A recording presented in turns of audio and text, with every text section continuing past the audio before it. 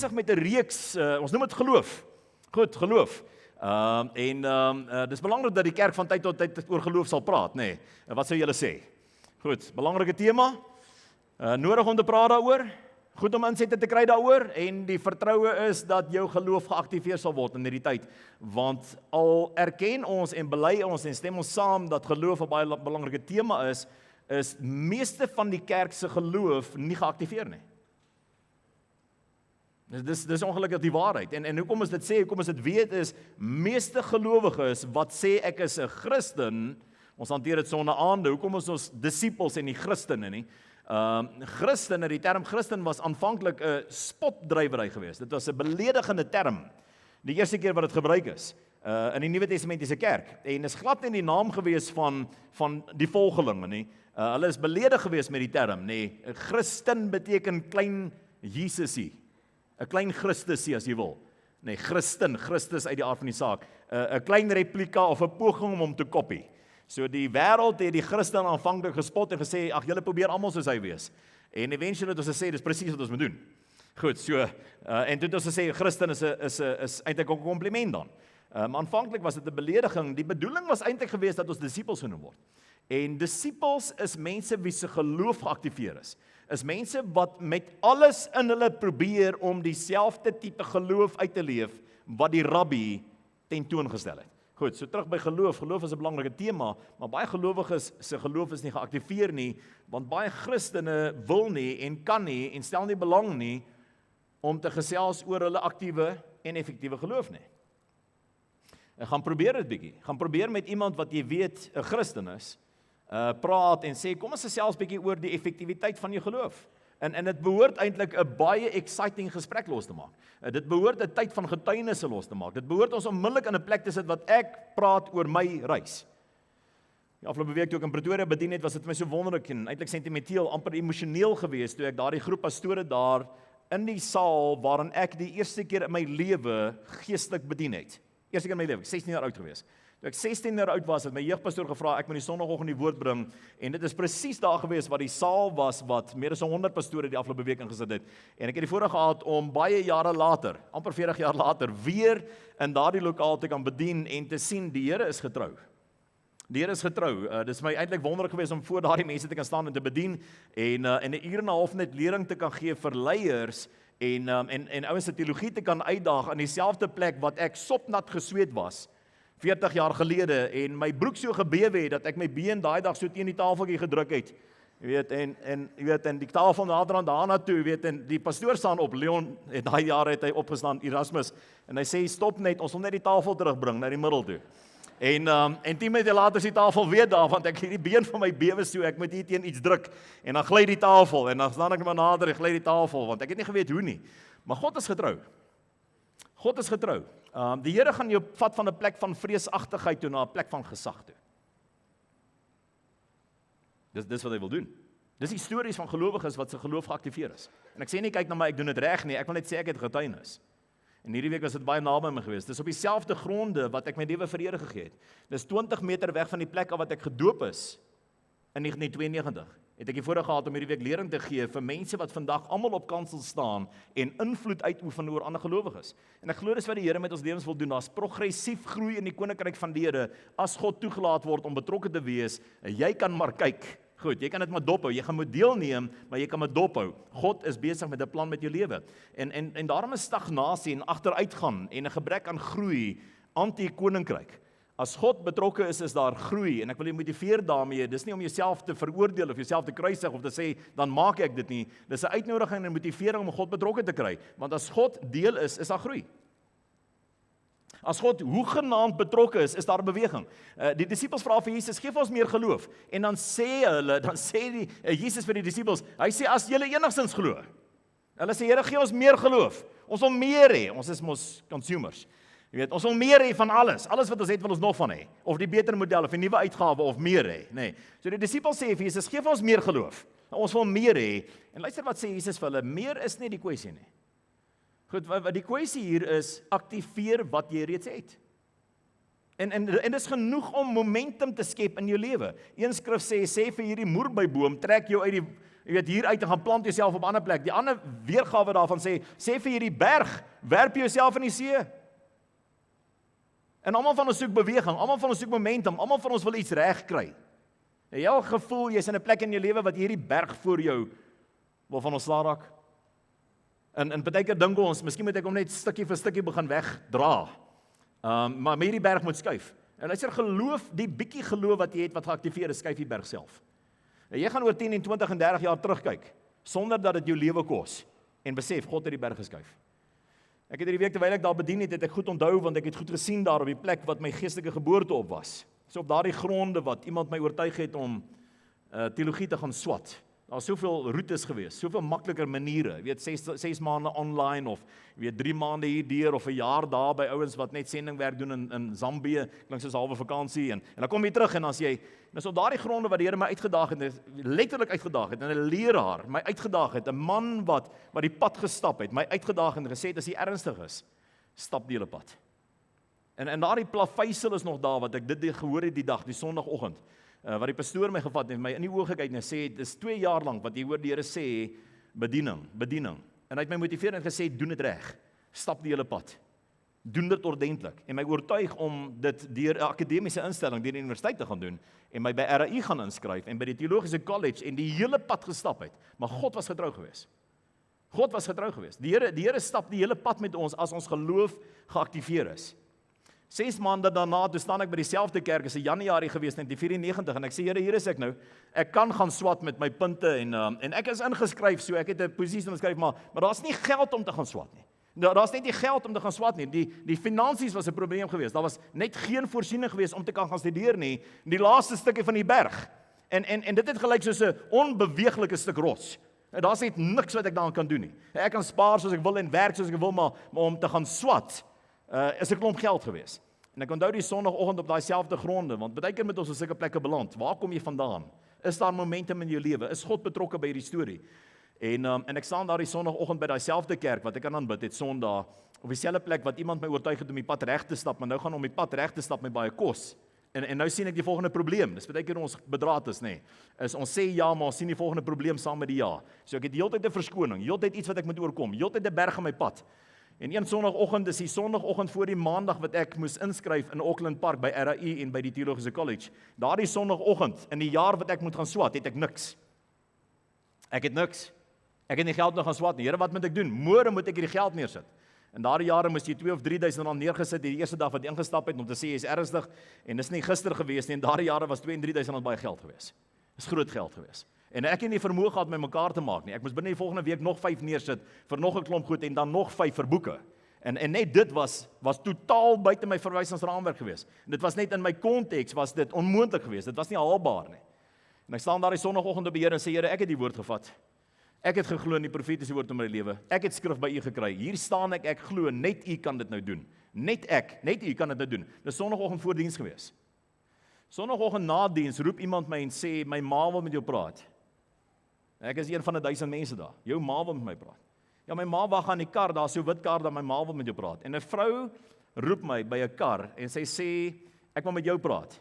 En ek sê, Tannie, waaroor gaan hierdie? Sy sê 6 maande terug het die Here vir my gesê ek moet met my man praat en vir hom vra, mag ek my salaris 6 maande lank spaar? En hy het onmiddellik verstaan wat die Here met hom oor gepraat en hy het gesê, ek sal die uitgawes betaal vir 6 maande, spaar die salaris, ek weet die Here praat met jou oor iets. En die Here het vir haar gesê, sy gaan iemand oor haar pad stuur wat teologie gaan swat en dit nie kan bekostig nie. En daai vrou gee vir my 'n koevert uit 'n kabiel uit, 'n koevert met kontant in. Die volgende dag, die volgende oggend by RAI was ek die enigste student wat gaan inskryf het en my jaar se studies kontant neergesit het. Nie my inskrywingsgelde nie, nie my boekgelde nie, nie my koshuisgelde nie, my jaar se geld kontant betaal het. Dis wat die Here doen. Jy sien, God soek jou aktief in sy storie. Die Here soek jou aandag. God soek jou aandag. En ons probleem is baie van ons ry lewenslank hierdie reis op ander mense se geloof. Is die probleem met Elisa en Elia gewees. Elisa stap agter Elia aan en die oomblik toe Elia verdwyn, toe die wa van vuur en die perde van vuur Elia wegvat, is Elisa vir die eerste keer in sy eie reis. Hy stap die hele tyd agter Elia aan. En wanneer hy by sy eie reis uitkom en vir die eerste keer alleen is, besef hy, nou het ek moeilikheid, dis nou ek. Dis nou my Christendom, dis nou my geloof, en hy roep uit en hy sê, waar is die God van Elia, sal u ook my God wees? En die Here sê, as jy bereid is om die pad te stap, sal ek, tel op die lap, tel op die mantel, slaan jy water, en God begin wonderwerke doen, toe Elisa besef, ek kan nie langer ry op ander mense se geloof nie. Ek kan nie glo op grond van ander mense se stories nie. Ek moet my eie pad stap, en die Here wag vir jou daarvoor. Dis waar die lewe begin gebeur. Dis waar die reis begin gebeur. Is wanneer jy jou kop uitsteek en sê, ek het genoeg gehoor, nou gaan ek doen. Ek het genoeg gelees, nou gaan ek leef. Ek het genoeg ander mense se getuienisse voorhande geklap, ek gaan nou die getuienis in my eie lewe begin vier. Ek wil skuif. Dis my storie, dis jou storie. Wat van jou? En dis wat geloof jou uitdaag om by aan te sluit. Geloof daag jou uit om aan te sluit by God se plan vir jou lewe. God se indrukke oor jou lewe, jou getuienis, jou storie wat geskryf moet word. Nou, 2 weke gelede het ons gesê hoop bestaan slegs in die toekoms. Ons het gesels oor die verhouding tussen geloof en hoop. Wat is daar die verhouding tussen geloof en hoop? Hoop bestaan slegs in die toekoms. Dis jou permanente woning in môre. Dis wat hoop is. Goed, so hoop gaan vestig jou permanent in die toekoms. En die rede daarvoor is, die rede hoekom ons met hoop moet leef, en hoekom hoop hierdie geestelike konsep is, wat ek en jy moet beleef, en moet aan deelneem, en moet gaan soek in ons lewens, is omdat geloof werk nie in die hede nie. Geloof kyk nie, geloof is not walking by sight. Sight is now. Alright, as jy my nou sien, dan sien jy my nou. Jy het my nog nie nou gesien nie. Goed, as jy my nou sien, sien jy my nou, jy het my nie, dit beteken nie jy sien my gister nie, jy kan my net nou sien. So die oë, die sig wat die Bybel van praat is nou, en wat ons nou sien is 10-1 nie wat ons wil sien nie. Want ons is geloofswesens, ons is besig met vooruitgang. Iemand wat besig is met vooruitgang, sien nooit wat hy wil sien nie.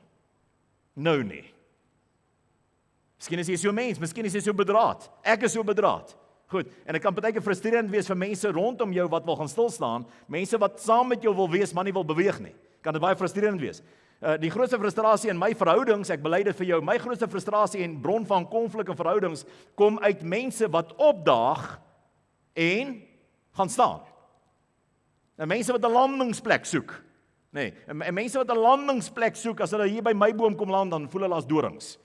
Goed, jy weet, dis 'n moeilike boom. My buurman het daar oorkant my huis het hy sulke doringbome wat geweldig baie dorings het.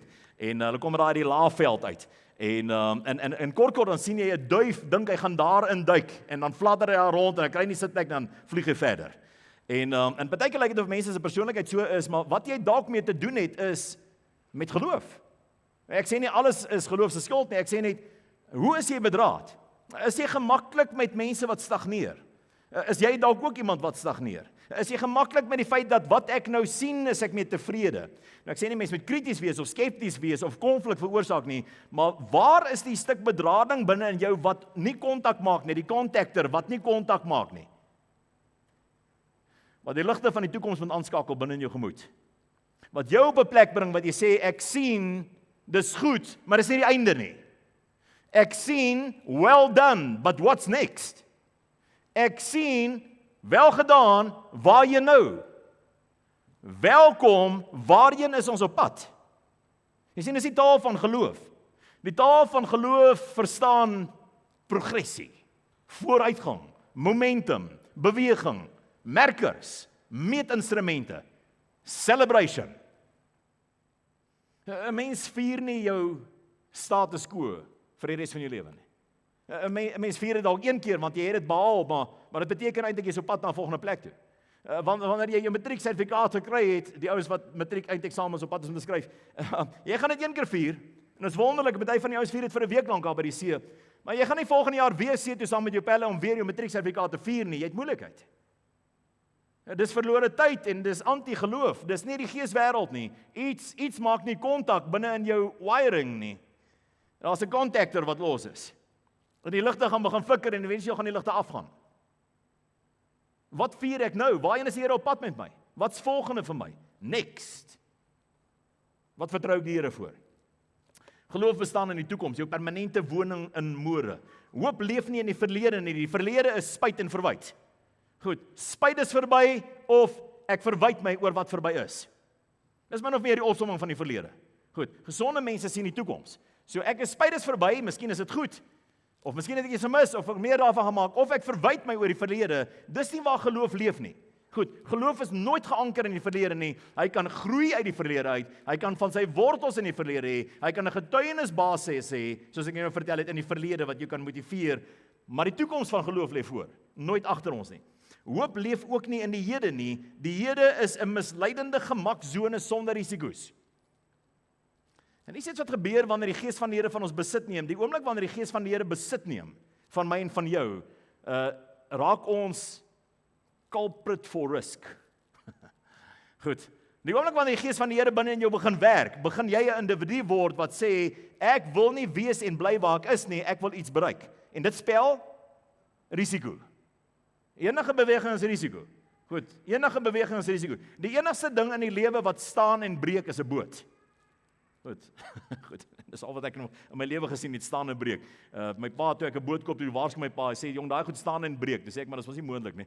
Nou vandag wil ek vir jou sê, dis die enigste ding wat staan en breek is 'n boot. Goed.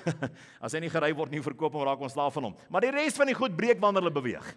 Goed. So sommer 'n grappie, maar die res van die goed beweeg of breek wanneer hulle beweeg. Dis risiko, daar's moontlikheid vir skade, daar's moontlikheid vir verliese, daar's moontlikheid vir teleurstellings, daar's moontlikheid vir ontnigterings. En ek dink is eerder die rede hoekom baie mense net wil stil staan en in die Here wil bly, want die Here getuig vir homself. Die Here is voorspelbaar, die Here is beleefbaar, die Here is verstaanbaar. Die Here het ons nou klaar ontvang. So hoekom los ons dit net soos dit is nie?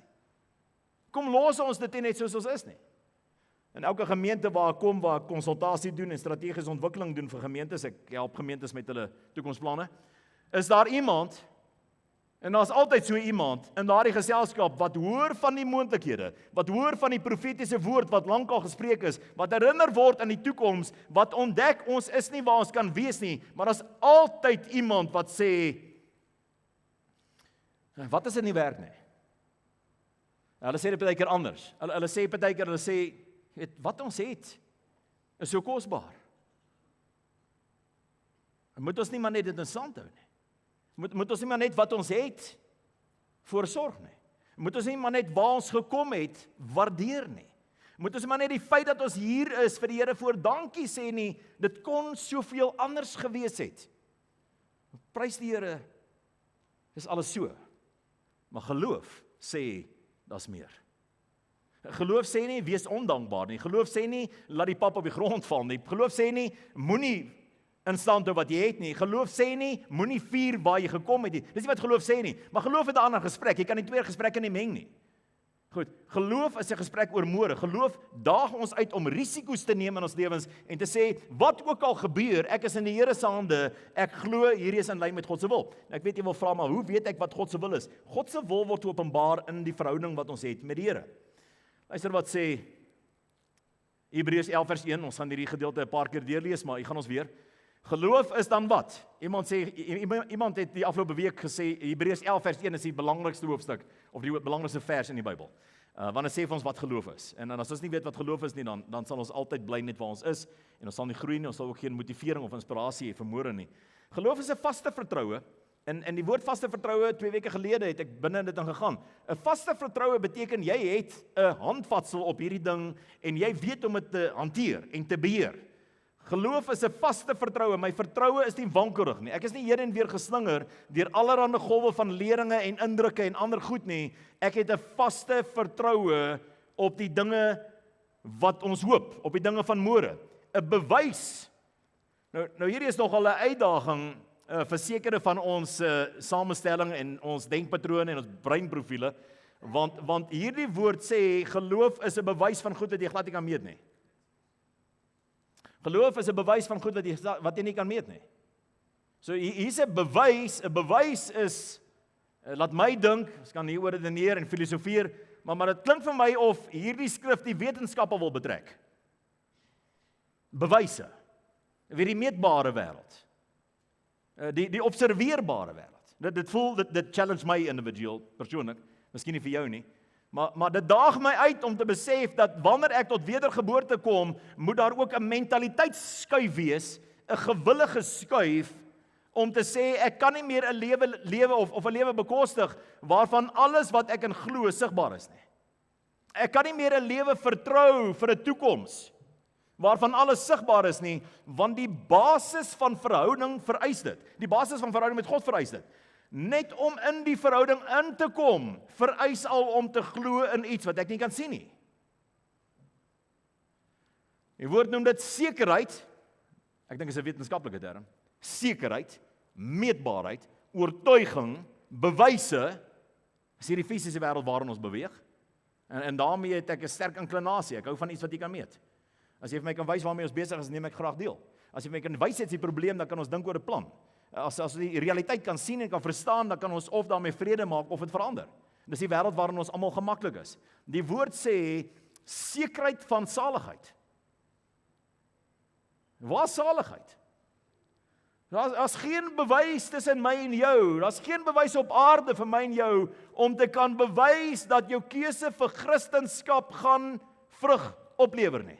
Want jy kan niks meet met 'n maatband of met 'n termometer hier wat vir jou kan wys jy is gered nie. Wat wys dit vir jou? Dis geloof. Geloof word my nuwe meetinstrument in hierdie nuwe realiteit. In die geeswêreld word geloof my maatband. In die geeswêreld word geloof my termometer. In die geeswêreld word geloof my waterpas. Dis my geloof. Dis die bewys. Dit lê 'n ander dimensie. Lê 'n dimensie wat die mens se brein in sy onbekende toestand of in sy onwillige toestand of in sy passiewe toestand nooit sal verstaan nie. Ek moet wil deelneem daaraan. Daarom is dit 'n oorgawe. Daarom dwing God hierdie goed nie op ons af nie. Sal nooit werk nie. Ek kan jou nie dwing om met 'n geestelike waterpas te begin werk nie. Maar jy sal saamstem, as jy een keer met hom gewerk het en jy besef jy kan dit vertrou, dat dit makliker raak om 'n tweede keer daarmee te werk. En jy sal saamstem, as jy God se werk in aksie in jou lewe begin sien, dat dit makliker raak om God te vertrou vir meer werk in ons lewens. En daarom het ons verwysings nodig van hoe die Here werk. Daarom is dit nodig. Ek dink nie die grootste uitdaging is dat jy nog nie 'n wonderwerk gesien het nie, want ek het vir baie lank in my lewe nie wonderwerke gesien nie. Dit is moeilik geweest om aan te glo. Ek dink die grootste probleem is jy het nog nie 'n wonderwerk gesien het nie. Ek dink die grootste probleem is wil jy 'n wonderwerk sien? Jy sien is 'n gesindheid of 'n posisionering of 'n ingesteldheid. Is 'n vooropgestelde idee wat eerder aangespreek moet word en dis hoekom dit 'n keuse is vir my en vir jou om deel te neem. Geloof is 'n vaste vertroue op die dinge wat ons hoop, 'n bewys van die dinge wat ons nie sien nie. Vreemd. Want daardeur het die mense van die oudheid getuienis ontvang. Met ander woorde, daar's 'n trekrekord. Die trekrekord van mense wat voor ons geleef het, wie se lewens sin gemaak het. Wie iets gehad het om te vertel, wie iets gehad het om te wys van hulle lewens, iets wat waardig was, nie wat mot en roes verniel nie. Net om jou te help daaruit, die meetbare goed. Goed, nie wat mot en roes verniel nie. En daar kan effekte wees, daar kan vrug wees, daar kan goed oorloop in daardie omgewings in as jy reg werk met jou geestelike lewe, maar dis nie die missie nie. Dis nie waar ons meet nie, want dit is terug in sig. Dis terug in meetbare goed, dis terug hierdie kant. Die ou mense, die mense van die ou tyd. Mense destyds het 'n getuienis gehad, het formidabele lewens gelewe wat die moeite werd was om te volg, wat geëer kon geword het, wat se stories geskryf kon geword het, wat genoem is, meer as 40 van hulle in Hebreërs 11, as geloofshelde. Hulle het getuienis ontvang hierdeur, waardeur? Deur 'n nuwe maatinstrument te aanvaar. Deur te besef, alles wat gebeur is nie sigbaar nie. Alles wat ek aan deelneem is nie meetbaar op aarde nie. God is besig om goed te doen in plekke wat jy nie eers van weet nie. En as my keuse om aan te sluit of weg te staan daarvan af, ek kies om aan te sluit. En dan vers 3, dis waar ons vanoggend by wil uitkom. Deur die geloof verstaan ons dat die wêreld deur die woord van God toeberei is, sodat die dinge wat gesien word nie ontstaan uit uitsienlike dinge nie.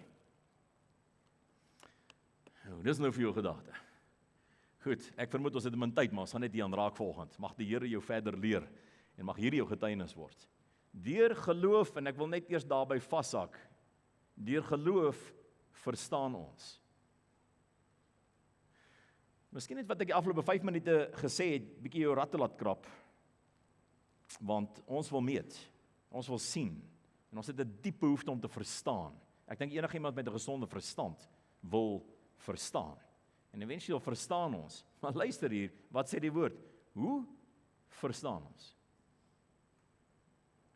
Ek het 'n gesonde verstand, en jy het 'n gesonde verstand, en ek en jy wil verstaan. Ons wil verstaan. So kom ons so na ons meetinstrumente gryp. Die tasbare, meetbare, bewysbare goed. Die goed wat vir jou kan wys in aardse terme, waarheen is ons op pad? Of wat het ons? Of wat is die uitkomste gewees? Hier staan dit in vers 3 van die geloofshoofstuk. Staan presies wat is die roete na my groot behoefte? Die leemte wat ek beleef in die geeswêreld om te verstaan. Om te verstaan, luister, die woord van die Here sê, jou volgende vlak van insig is nie intellektueel nie, dis ook nie emosioneel nie, dit is gees. Die geeswêreld is jou volgende instrument, die geeswêreld is jou volgende vlak van insig, geestelike insig. As jy die fases van die menseontwikkeling vat, sal jy sien, in elke fase van menslike ontwikkeling is daar 'n vlak van insig, is verstaande. Goed, al wat 'n pasgebore babatjie kan gebruik om insig te hê, dis wat vrede bring in sy hart, wat vir hom konteks skep is, sekuriteit. Sekuriteit. En nabyheid, nee, nabyheid is sekuriteit. En melk is sekuriteit. Goed, by ma sekuriteit. Alles sekuriteit. Daardie wese in daardie aanvangsfases se verwysingsraamwerk, hoe hy verstaan is deur sekuriteit. In die volgende fase van die mens se lewe min of meer, ek sprong nie fyner goed, maar in die grower metings daar in die volgende 10 jaar is dit liefde. Liefde. 'n Kind wat in sy kindsfases nie liefde ontdek het en gesonde liefde verstaan en beleef het nie, is vir die res van sy lewe onseker. Dis verstaan op daardie vlak. In die volgende fases, identiteit. Dis die volgende vlak van verstaan. Verstaan, wie's jy? Verstaan, wie's jy nie? En as 'n kind van 10 tot 16 nie deur die puberteitsfases gelei word deur manlike inspraak, identiteitsvormers nie, is daar dikwels lewenslang onsekerheid en skade in daardie kind se deelname op daardie vlakke. Dis waar die skade vandaan kom. Daarna, vermoëns. My persoonlike vermoëns. So kom 'n jong manne luister, nadat jy jou identiteit ontdek het, nie in verhoudings inspring nie, maar in 'n challenge inspring. Goed, so die manlike fases is nadat hy 'n avonturier of 'n cowboy was, daai jong seentjie, is nie lover nie. As kinders duik in verhoudings in te vroeg, voor hulle geleer het om iets reg te kry. Goed, jong mense wat iets reg gekry het met hulle lewens, is gereed vir die volgende fase, vir die volgende belewenis. Goed, maar my vermoëns, om 'n warrior te word. En dis vir seuns en vir dogters so. Die blote deelname aan 'n akademiese program kan vir hulle daardie belewennisse gee. As jy dink die akademiese uitdagings is nie goed genoeg nie, laat hulle sport doen. Gaan skep omgewings vir jou kinders waarin hulle kan wen en verstaan hoe om met 'n verloor te werk. Dis net so belangrik soos 'n wen. Maar die vegtersgees moet, hoekom? Want dis hoe ons verstaan in daardie fase van ons lewens. As ons die fases deur mekaar maak, verstaan ons nie meer nie. Wiskunde is so ontwikkel in ons kurrikulums dat die aanvangsfases, graad 1 of voorskool selfs, beginsels neerlê wat tot in nagraadse studies nooit sal verander nie. Maar jy kan nie na matriek besluit ek wil een of ander toegepaste wiskunde of iets hier begin doen en nou het ek nie my graad 1 en my graad 3 en my graad 7 wiskunde in aandag gegee nie. Jy gaan nie verstaan nie. Kan skade veroorsaak.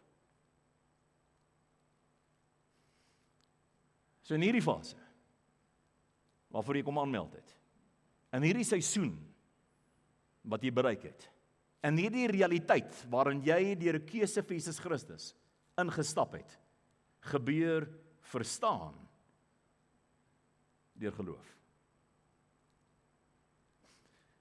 Dit is 'n nuwe level. Dit is 'n nuwe vlak. En wat jy maar beleef, wanneer jy nog nie dit beleef het nie, of onseker is oor wat ek nou sê, is maar wat 'n standaard 5 jy beleef op pad standaard 6 toe.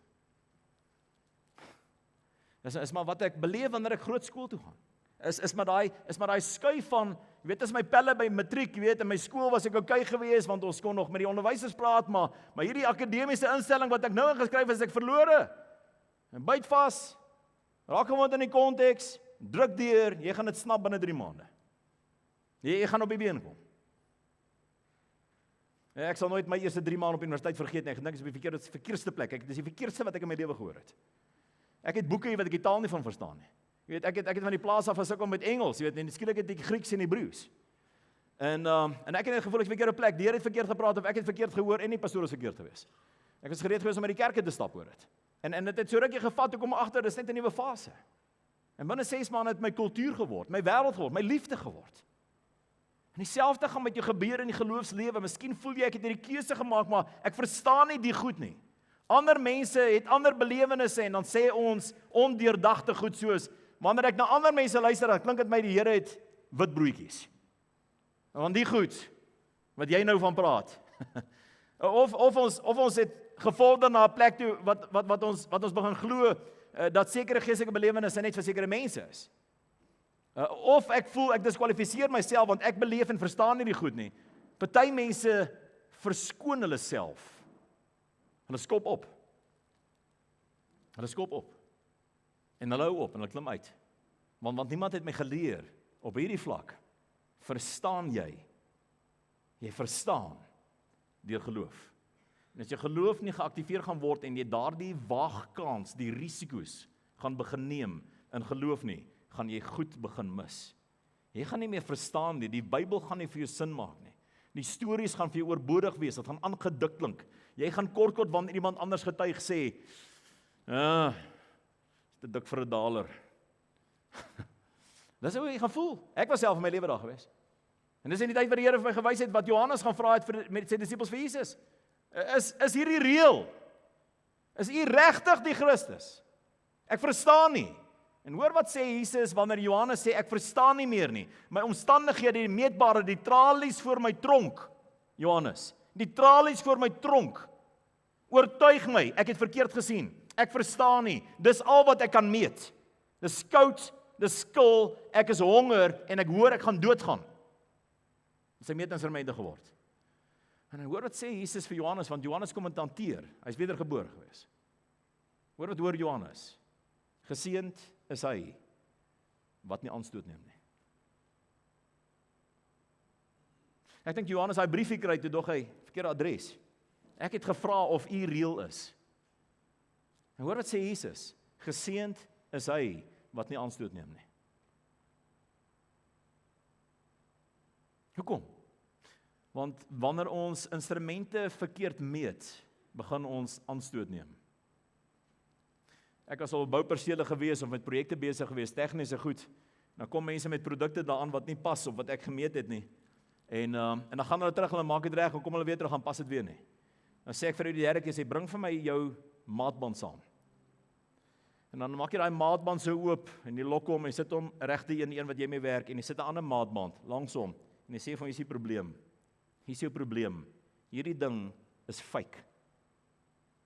Hierdie ding is nie reg gemeet nie. En dit gebeur. Manne wat met hierdie goeders werk en die gehoor sal weet. Jy check dit. Waarmee meet jy? Waarmee meet jy? Ja, daar gelede bou ek in my huis aan.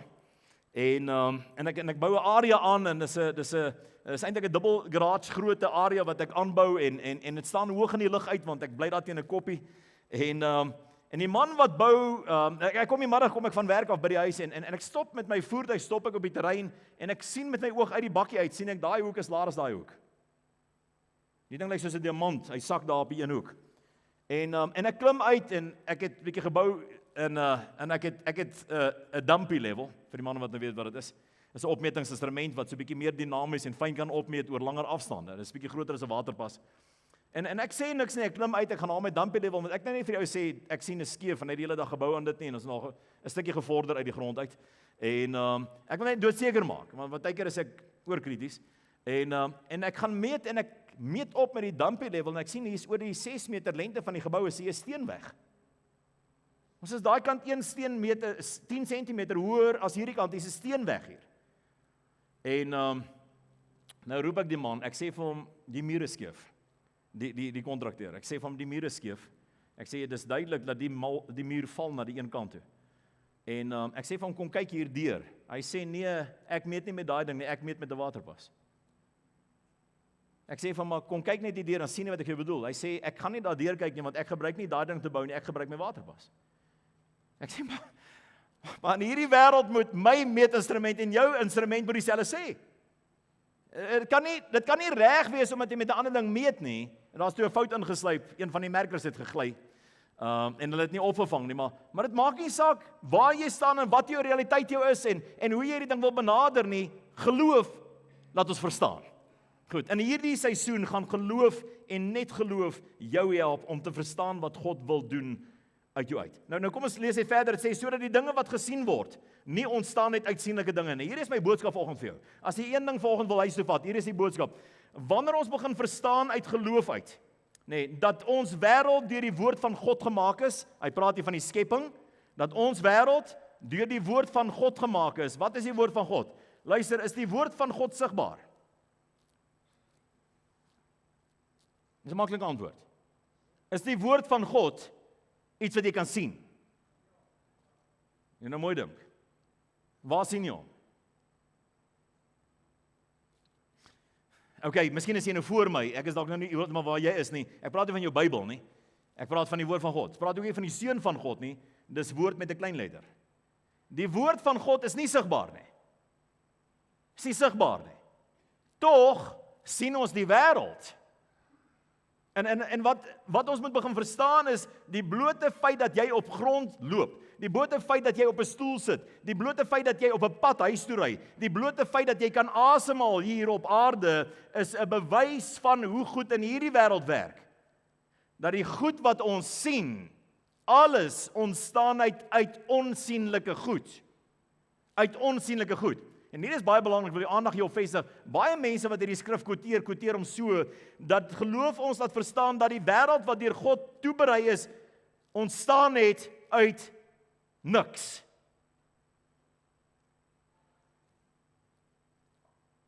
Dis nie wat daar staan nie.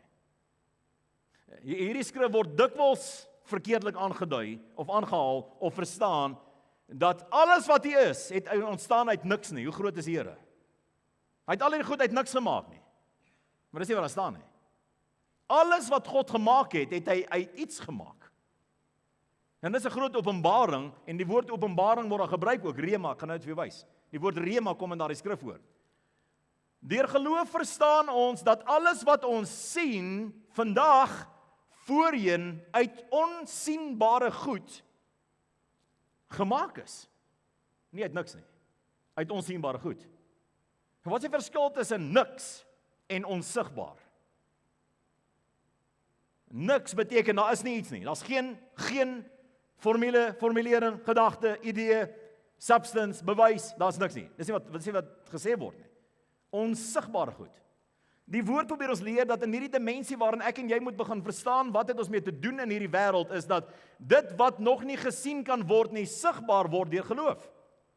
En alles wat vandag sigbaar is, eens onsigbaar was.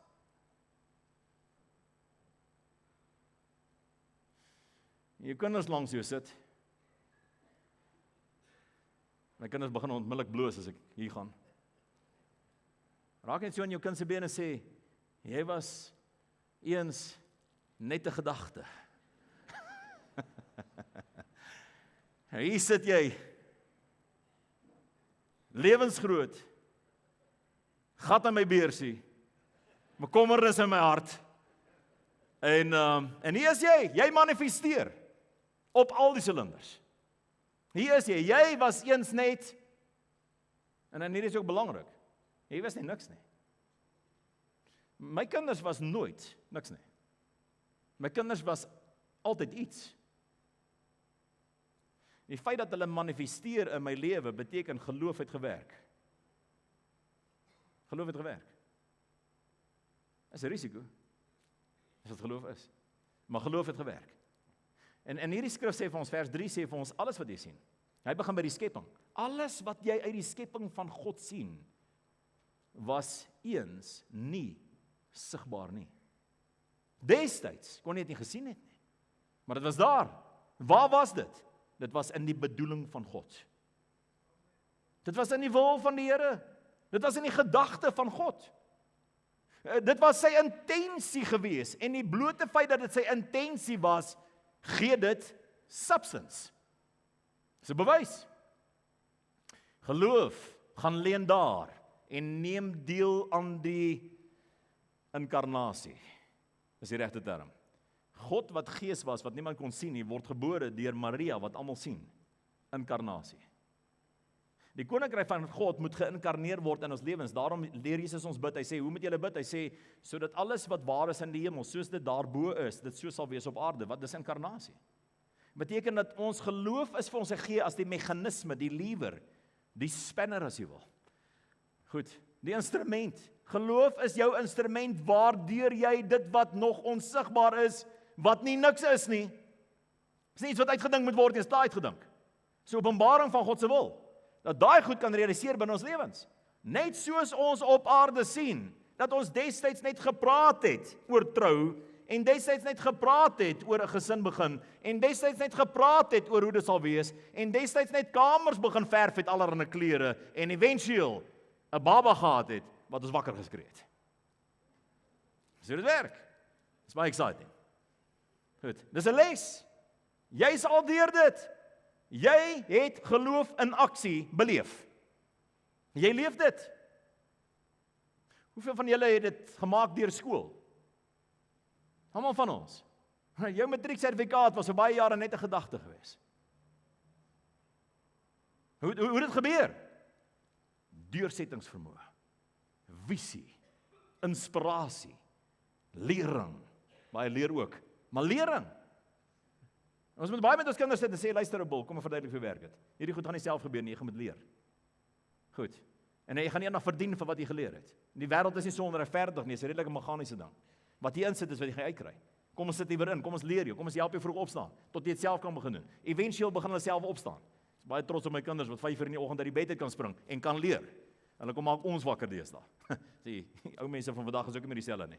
Maar goed, so die maar dit is geloof in aksie. Dis alles wat jy gesien het moet gebeur wat begin realiseer.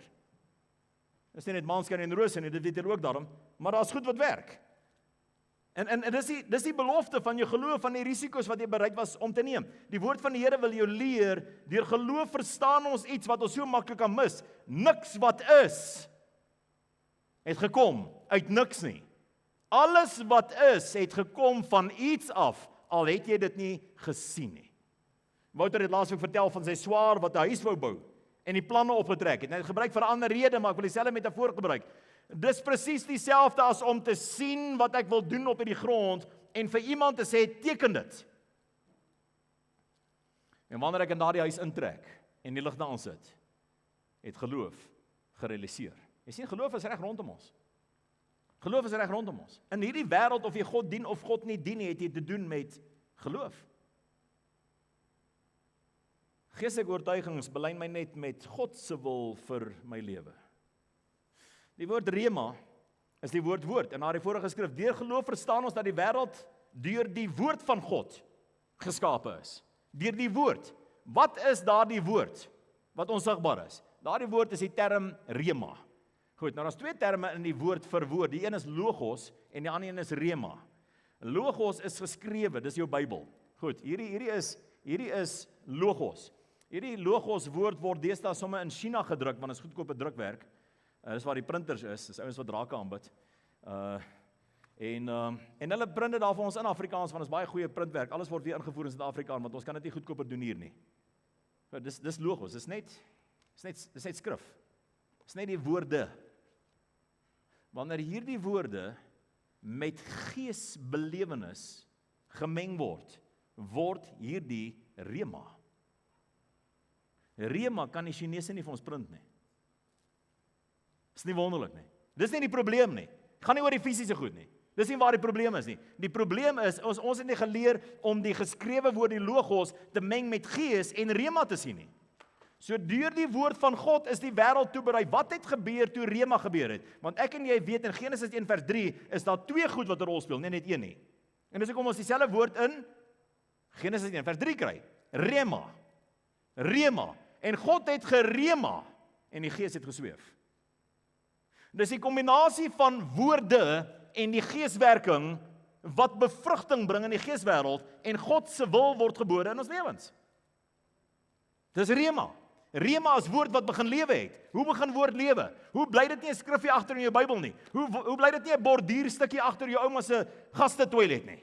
Seker pragtige woorde. Here, gee my die krag om te aanvaar dat ek kan verander, nie genade om te verander wat nie krag gaan weet en elke keer wat jy by ouma op die plaas sê, dan lees jy hierdie pragtige dingetjie wat geborduur is op die agterdeur en jy beleef niks daarvan in jou lewe nie. Maar van die elemente daarvan kom uit die Bybel uit. Nie dat dit nie 'n skrifgie nie. Maar van die elemente daarvan kom uit die Bybel uit.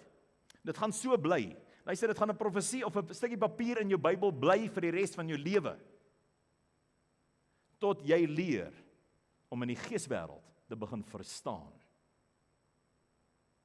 Add faith. Wat is faith? Faith is om te verstaan God se woord en God se gees saam aktiveer iets in die skepping. Toe God sê, het sy gees gesweef en orde is gebore uit chaos uit. Dis die skepping wat hiervan praat. Die woord wat daar gebruik word is rema. Dis wat ons nodig het om te verstaan. Jy sien wat jy dink en wat jy droom en wat jy sê en wat jy sien word die boumateriaal van die toekoms wat jy skep. En hierdie is so waar vir die Filistyn wat nie die Here dien nie, as vir die wedergebore Christen wat die pad van die Here stap. Wat jy dink, word die boumateriaal van wat jy bou. En jy kan kyk na mense se lewens, jy kan 5 minute in mense se sitkamer sit en jy kan agterkom, hoe dink hierdie mense? Want dis wat hulle gebou het. Ek praat nie van die mure nie, ek praat nie van hulle keuse van verfkleur op die mure nie, ek praat van hulle wêreld. En jy kan 'n paar minute met mense spandeer of 'n uur by hulle kuier en besef, dis hoe hierdie mense dink. Want dis wat hulle bou. Dis wat hulle doen, dis hoe hulle lewens lyk, dis waar hulle beland het. Ek het al die lelike uitlatinge gemaak van die kansel, vergewe my as dit jou afronteer, maar hierdie is belangrik vir gelowiges wat volwasse wil word, want as ons groot wil word, moet ons kan luister en kan prosesseer. Hoe het jy beland waar jy beland het? Hoe het jy beland waar jy is? Hoe het jy gekom in die plek wat jy vandag staan? Party van julle wil sê, hoe het ek in hierdie moeras beland? Ander van julle moet vra, hoe het ek op hierdie stabiele plek beland? Hier is die antwoord. Jy het daarna toe geloop. Want wat jy dink en hoe jy dink, word die boumateriaal van jou toekoms. En wat jy droom en hoe jy droom, nagmerries sal 'n duister lewe bou. Goddelike drome sal 'n toekoms skep. Joel profeteer dit oor jou. Wat spreek jy? Daar's lewe en dood in die mag is in die tong. Dis waar dit vandaan kom. Hoekom sê die woord dit? Want ek het al baie vir goed gesê, so en so, en dan gebeur daar niks nie. Dis nie 'n kortwerkende magic klein botteltjie gif wat in jou mond is nie. Dis nie die toekoms lê in wat ek sê, want wat ek sê is wat ek glo. Wat jy spreek en aanhou spreek is wat realiseer in jou lewe. Dis hoe ek in hierdie geeswêreld begin engage. En wat ek sien word die boumateriaal van die toekoms wat ek skep. Dis hoekom wedergeboorte en geesvervulling so van kardinale belang is, hierdie gewig dra binne in ons lewens. Dis wanneer ek die Gees ontvang en wanneer ek in die kerk kom en wanneer ek aanbid en wanneer die woord van die Here sy plek kry in my lewe, begin ek anders dink. Ek begin anders dink. Die woord van die Here net op 'n morele vlak sê, moenie.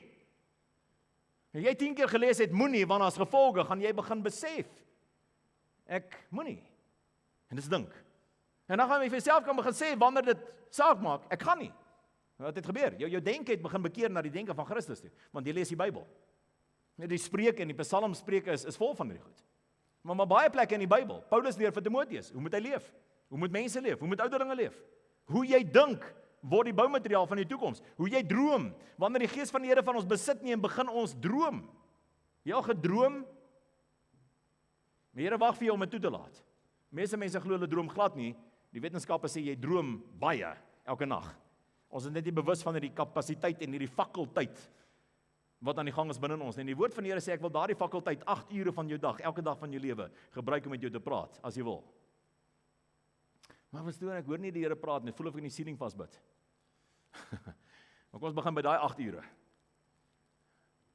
Begin net daar. Ek wil nou net self sê, ek onthou van een droom wat ek gedroom het in my lewe. Maar daardie droom het my lewe verander. En daardie droom het ek die 1 November 2011 gedroom.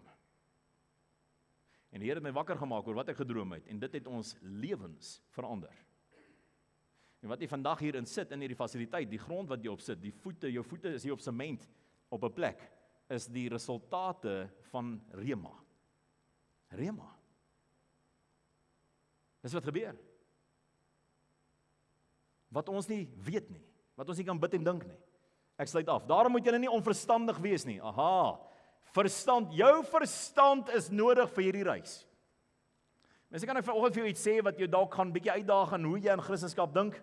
As jy hierdie reis wil aanpak en dink jy kan dit onverstandig doen, gaan jy uitval. God needs your mind in this process. My mind, maar alles wat ek sien kan ek dan nie verstaan nie. Jy het net die verkeerde ding in jou hand, jou tape. Sit neer daai tape. Dis 'n China model. Kry die regte een. Kry 'n Duitse een. Die Duitsers is goeie ingenieurs. As jy 'n Duitse maatband het, ek het een, dan het jy 'n ordentlike maatband. Goed, dan kan jy maar meet en jy kan sny. Nou weet jy wat jy gemeet het. Maar baie van die goede ingevoer word, kan jy nie vertrou nie. Wat het jy in jou hand? Dis die probleem. Goed. En nou dink ons omdat ek die verkeerde instrument het, dink ek as fout my kop.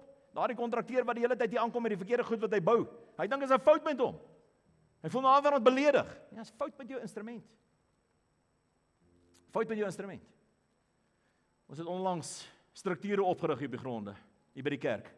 Ek is in 'n ander stad besig met werk by 'n ander gemeente. Iemand stuur my 'n foto.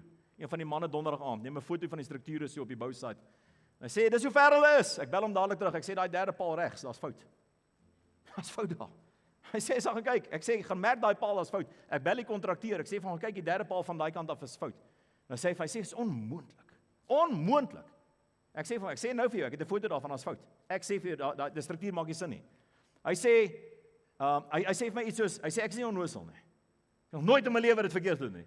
Ek sê vir hom, luister ek beloof jy op hierdie gronde, sê ons vir hom bring jou maatband hier. Dis die probleem. Heeltemal verkeerd. Wat het in jou hande? Dis nie jou insig en jou verstand wat jy moet van ontslaa raak en sê in hierdie wêreld moet jy nie dink nie.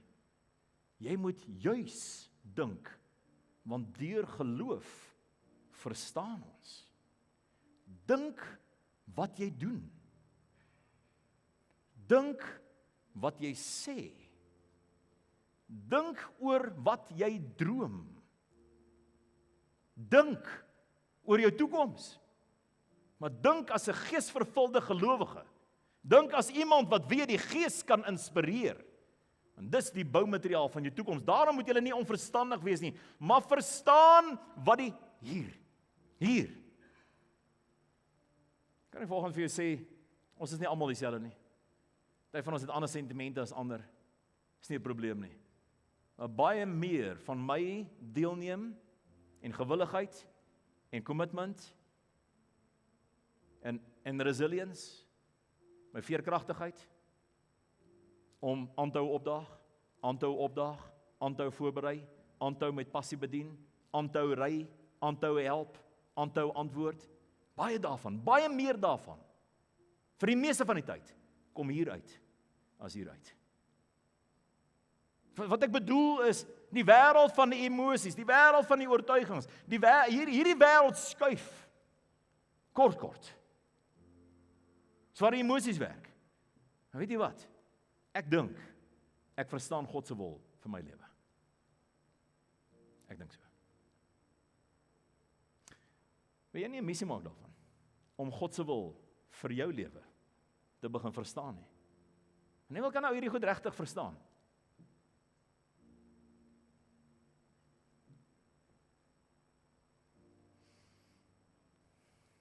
Die Here sê jy kan.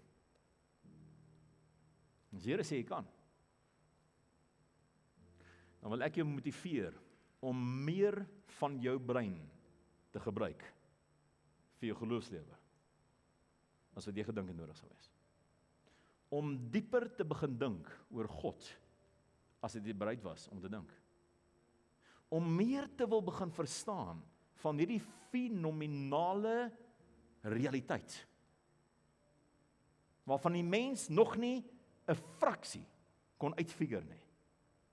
Wil jy nie jou mind apply in die geloofslewe en begin verstaan wat God se wil vir jou lewe is nie.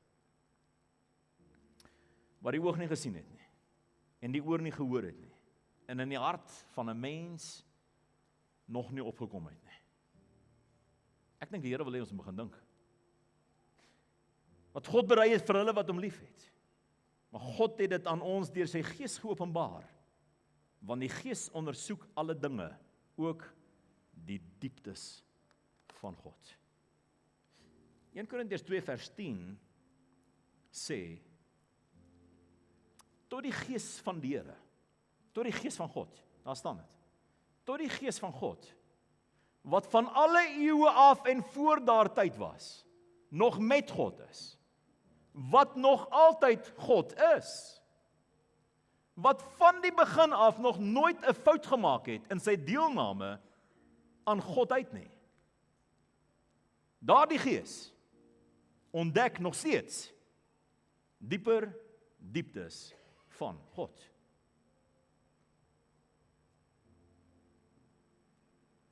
Jy gefrustreerd is met jou geloofslewe, wil ek vir jou sê, jy krap nog net op die oppervlakte rond. So ons is. En dan sê jy so maklik op. Sluit vinnig jou oë. Ek wil jy los met 'n beeld. Baie jare gelede ry ek in Elmarie daar uit die Galagadi uit. Dis die ou Gemsbok Park. En ons moet iets gaan optel in die noorde van die land en ons besluit ons ry op die grens op 'n pad op en na die pad het naderhand 'n 2-spore paadjie geword en naderhand toe verdwyn hy.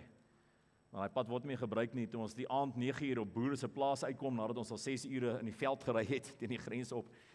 Kom ons by 'n liggie uit in die veld en hier's 'n huis en die ou storm eers uit met 'n geweer. Hy dog iemand oorval hulle. Hy sê waar kom julle vandaan? Ons sê ons kom van die grens af. En hy sê vir hy verbaas dat iemand daar gery het. Ons het verdwaal. Maar ons kom tot daar bo van Seilsrus uit. Op 'n plaas. En ons slaap oor by die mense. Die volgende oggend maak die boer vir ons ontbyt en ek staan in die kombuis daar naby hom, daar's so 'n mooi koffietafeltjie in die kombuis met 'n potplant op en 'n pragtige fotoboek. En in die fotoboek, hy het eintlik die oggend toe ons instap daar, toe besef hy, want daar kom nooit mense in daai wêreld nie. Toe besef hy, is 'n klomp goeders hier wat eintlik moet wees om dit mooi te lyk en hy sit 'n blompot daar mooi neer en hy maak stop die laffie appel, die lappie mooi is. En die fotoboek het toegelê toe ons begin koffie maak en hy besef die fotoboek moet seker vir gaste oop wees. En hy maak daai boek so oop, net so. Groot boek, maak hy net so oop. So groot boek. Jy kan maar kyk, skiet so groot boek. Nou kan jy weer oop toe maak. Ek verduidelik vir jou nadat ek gesê het jy moet die oop toe maak. En die boek lê oop daar in die kombuis met 'n pragtige foto en hy maak koffie. En ons praat oor die veld en die Galagadi en die pad wat toe gegroei is en hoe ons daar uitgekom het en oor hulle lewens. Sy vrou is onderwyseres by Van Seilsrus skool. Ons is later na daai oggend se ontbyt vir baie jare betrokke by sendingwerk in daai skool uit hierdie gemeente uit. As 'n gevolg van 'n ontmoeting. Maar daardie boek lê oop en ek staan en ek drink koffie terwyl hierdie boer vir ons ontbyt maak. En op daardie foto is 'n dubbelblad grootte foto van tarantale wat in 'n silhouet teen die sonsondergang agtergrond. Ek wil hê jy moet dit sien in jou gees. Skrop vir saaitjies. En al wat die foto afneem is hierdie silhouette van 'n paar tarantale met daardie unieke kenmerkende kop met die horing wat teen die agtergrond afspeel met die sonsondergang en dan sulke stofwolkies wat so agter hulle uittrek soos hulle skrop. Pragtige foto. Onder op die boek staan in Engels en ek gaan dit probeer reg sê, Guinea shrubbing for seeds near Kimberley, South Africa.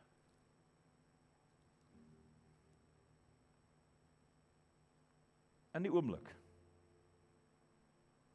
op daai plaas, in daardie oomblik sê die Here vir my, kyk dieper. Dis presies wat ons doen in ons geeslewens. Ons is tevrede wanneer ons krop vol is en ons 'n paar saaitjies raak geskrop het en ons wy voort. Terwyl nie baie ver onder toe nie, 'n paar meter onder, daardie saaitjies en daardie tevrede tarantaaltjies, die rykdomme van die aarde versteek is. Waar vulkaniese pype oor baie eeue en baie miljoene jare gelede, deur hitte en druk, die rykdom en die massa van die wêreld se diamante vir ons voorsien het. Maar ons kan nie sien nie. Kan jy God se dringendheid en sy dryf en sy begeerte vir jou om jou hele verstand en alles wat binne in jou is, jou hart en jou kragte saam te bring en God se wil vir jou lewe te begin soek en te verstaan. Wat mis ons nie? Hoe maklik celebrate ons, neem ons foto's van alles wat ons nie moet celebrate nie en mis wat God bedoel het. Is net daaronder, net daaronder. Vader, dankie dat U ons aandag kom trek wanneer U geloof by ons kom aanroer. Dankie Here dat U ons so fenomenaal gemaak het dat al ons fakulteite nodig is. Dat ons ten volle bewus moet wees, die volgende skrif wat ek nie nou is op die skerm nie, Efesiërs 5, vanaf vers 15. Skrik wakker uit jou slaap, slaper. Staan op. En Christus se lig sal oor jou begin skyn. Kry rigting, kry 'n doel, en lewe intentioneel, en verstaan sy wil vir julle lewens. Want die tyd is min. Efesiërs 5 vers 15 tot 17. Miskien is dit wat nodig is vanoggend. Jy het jouself oortuig iewers langs die pad dat geloof werk nie vir my nie. God wil jou oortuig. Geloof het nog nie vir jou begin werk nie. Werk saam. Here, ons bid vanoggend dat U ons aandag sal prikkel en dat ons sal inklim, inspring, deelneem, die koninkryk van God met geweld sal bestorm en dit in besit sal neem. Want is ons in die naam van Jesus. Amen.